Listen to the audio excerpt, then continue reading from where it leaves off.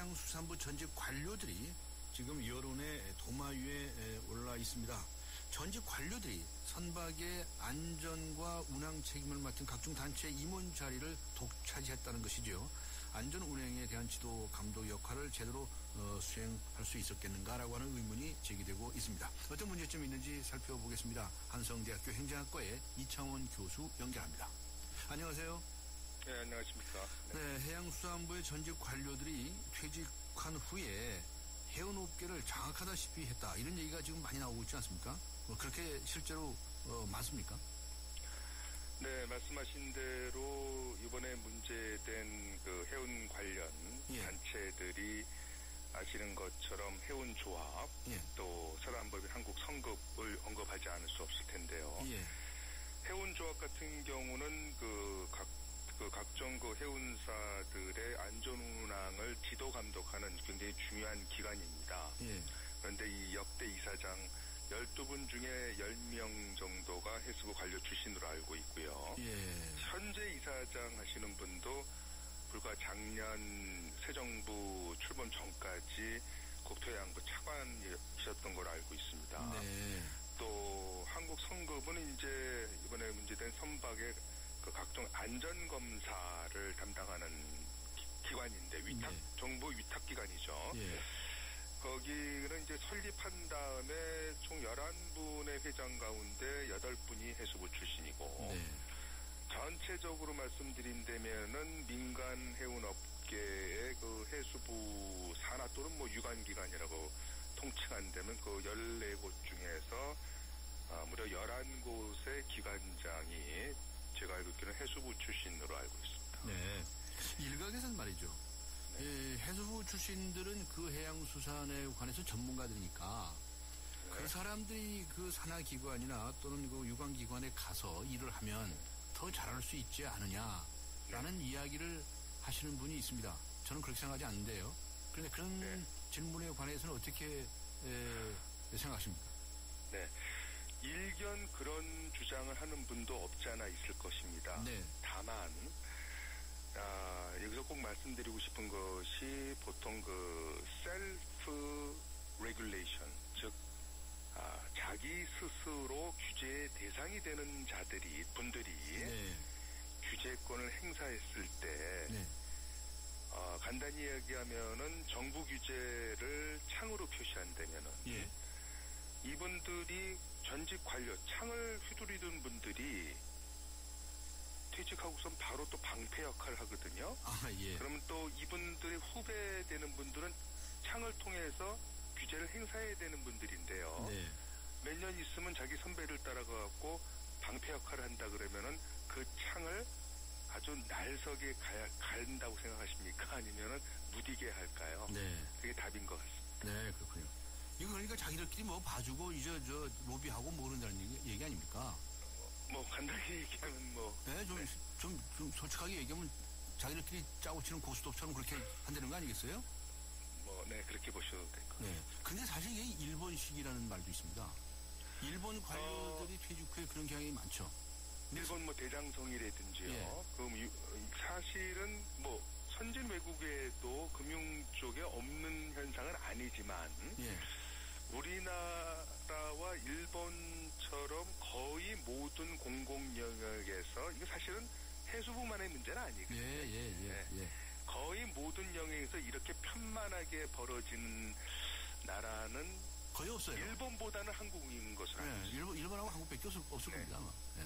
그렇습니다.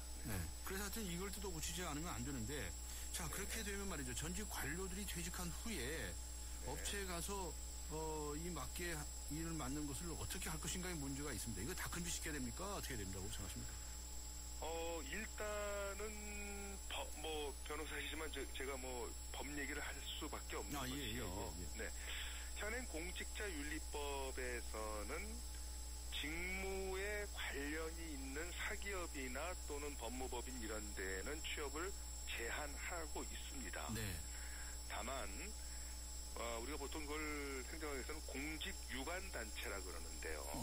정부나 지자체 업무를 위탁받아서 사실상 공공 업무를 하고 있는 기관들, 이번 같으면은 요번에 문제가 된 해운조합이라든지 산안법인 한국선급을 의미하는 것이죠. 예, 예. 이런 데에는 규제를 하고 있지 않거든요. 네. 또 한 가지 문제는요. 이게 어떻게 보면 그 무력화되는 건데 공직자윤리법 그 17조의 단서 조항을 보면요. 예. 모든 경우를 하더라도 예. 공직자윤리위원회에서 승인을 해주면 그만입니다. 예. 그래서 근데 그 승인율이 제가 알기로 90%인가 93% 굉장히 높아요. 아, 그래요?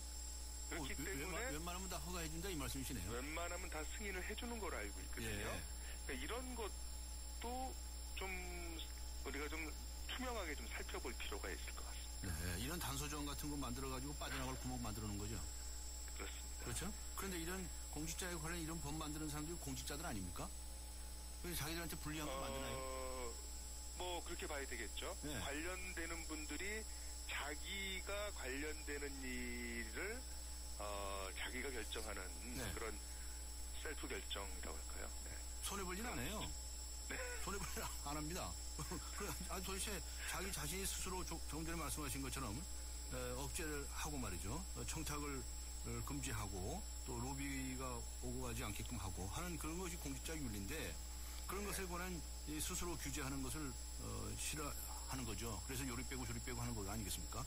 따라서 그 모든 것을 투명하게 공개하는 이해 방법은 없을 것 같은데요. 네네. 근데 또 뭐 개인정보니 뭐 이런 걸 들이밀어갖고 예. 또 회의록 같은 거 공개 안 하고 그러다 보니까는 네. 참 외부에서 살펴보기가 어려운 것입니다. 아, 이거 또 공개도 안 합니까? 각종 제한을 두고 있는 것으로 알고 있습니다. 아, 예. 그렇군요. 자, 그래서 지금 이제 소위 해피아라는 말이 나왔어요. 예. 해수부하고 마피아를 합쳐가지고, 이 해피아라는 말까지 나왔는데, 예. 특히 이번 사건하고 관련해서 예. 선박을 이제 수입해오고, 그 다음에 또 증축을 했다는 것이고, 또 안전검사를 제대로 받았느냐, 운항상에 어떤 문제점이 없었는지 여러 가지 문제점이 대두되고 있지 않습니까? 네. 이게 이러한 문제에 대해서 철저한 관리가 이루어지지 않았기 때문에 이런 사고가 발생했다. 이렇게 우리가 말할 수 있는 거죠. 물론 이제 최종적인 판단은 뭐 사법부까지 간다면 그런 걸 결과까지는 봐야 되겠지만요. 예. 일단은 그러한 합리적 의심을 할 수밖에 없는 것이 네. 이번에 안전 운항에 관계되는 것을 아까 조합에 맡겼다고 하지 않았습니까? 네. 해운조합이요. 네. 이 해운조합이라는 건 해운업체들이 돈을 내서 만든 기관이란 말입니다. 아, 예. 예. 그런데 문제는 뭐냐면 지금 언론이나 어떤 많은 분들이 주목하고 있지 않은 것이 예. 승선객, 즉 탑승객의 숫자가 예. 굉장히 왔다 갔다 했지 않습니까? 예, 그렇습니다. 그건 예. 왜 그러냐면요. 예.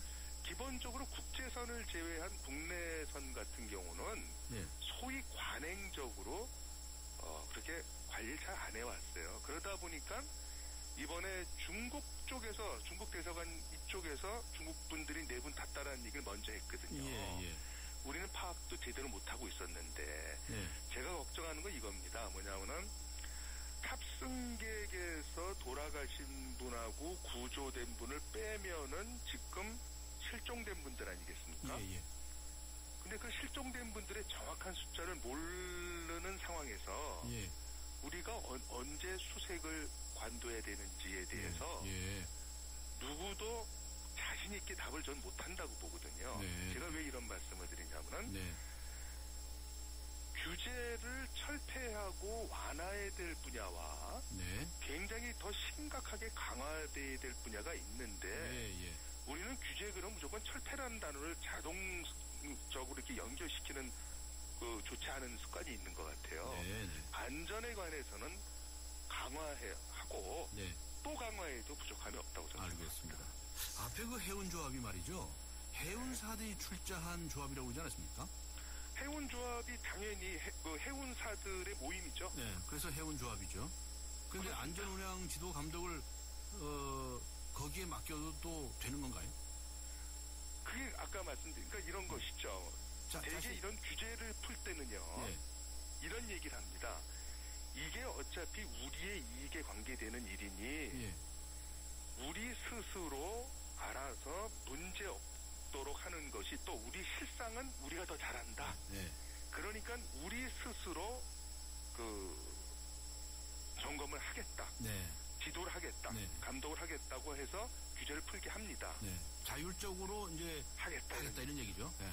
네. 그런데 그리고 또 뭐라 그러냐면 꼭 하는 얘기가 문제 있으면 당신 해수부 즉 관청에 대고 감독청에 대고 당신네들이 그 감사도 하고 하면 된다라고 말을 하죠. 그래서 푸는데 문제는 언제 발생하냐면 사실상 사후적으로 무슨 일이 터진 다음에 사후적 감사를 하는 것이지요. 예. 지금까지 제가 알기로 한국 선급이요. 예. 거기에 대한 감사가 일정하게 이루어지지 않았던 것으로 알고 있어요. 네. 그 다음에 감사 나고도 보통 2, 3일 나갑니다. 네. 그 엄청난 그 서류를 보는데 그건 면죄부 주는 것밖에 안 되거든요. 네. 그렇기 때문에 형식적이다. 형식적이고 이익단체가 만드는 조합이나 또는 출자한 민간 법인에게 이런 엄청난 선박검사라든지 안전운항에 관한 지도 감독권을 위임 또는 위탁한 분들이 이 결정 과정이 어떻게 됐는지를 좀 살펴볼 필요가 좀 있다고 생각합니다. 네, 알겠습니다. 그래서 구명정 46개 중에서 44개는 다 안전하다고 그러고요. 그런데 이번 사고에서는 이제 펴진 거는 구명정 한 개밖에 없고요. 그렇습니다. 이런 사태가 발생을 하는 거로군요. 네. 저 새누리당에서도 지금 해피아 해수부 플러스 마피아 이 해피아 방지법을 추진하겠다고는 하네요. 네. 이거 기대를 하십니까? 저는 이제 이렇게 생각하거든요. 행정학을 하시는데. 네, 저는 어떻게 생각하냐면은 결국 아까 말씀하셨던 것처럼 단서 조항이 많은 규정에는 문제가 있는 것 같아요. 단서 조항. 예. 네. 그래서 너무 많은 권한을 소위 말한 그 위원회, 그 공직자윤리위원회라든지 이런 데 주게 되면은 좋습니다. 그럴 경우에는 개인 정보에 국한되는 거를 제외하고는 모든 누가 어떻게 해서 승인이 나고 이런 전체적인 과정을 회의록을 철저히 공개한다는 단서 조항을 함께 하면은 좀 해결이 좀 높아지지 않을까. 네. 그런 점을 좀 반영을 해라 이런 말씀 이시네요. 하여튼 지금 이 문제가 뭐 해수부 소환의 사항이기 때문에 크게 터져 나왔는데 이건 이제 다른 정부 부처도 다 마찬가지로 앞에서 말씀하시지 않으셨습니까? 모든 사실은 얼마나 많은 협회와 조합이 있죠. 엄청난 더 큰 제가 굳이 언급을 안 해도 그런데도 동일한 현상이 발생하고 있거든요. 그래서 이분들이 도리어 우리만 운이 없다라고 얘기할 수도 있어요. 그러나 고칠 건 고쳐야죠. 그렇습니다. 네, 알겠습니다. 네, 오늘 말씀 감사합니다. 네, 수고하셨습니다. 지금까지 한성대학교의 이창원 교수와 함께 했습니다.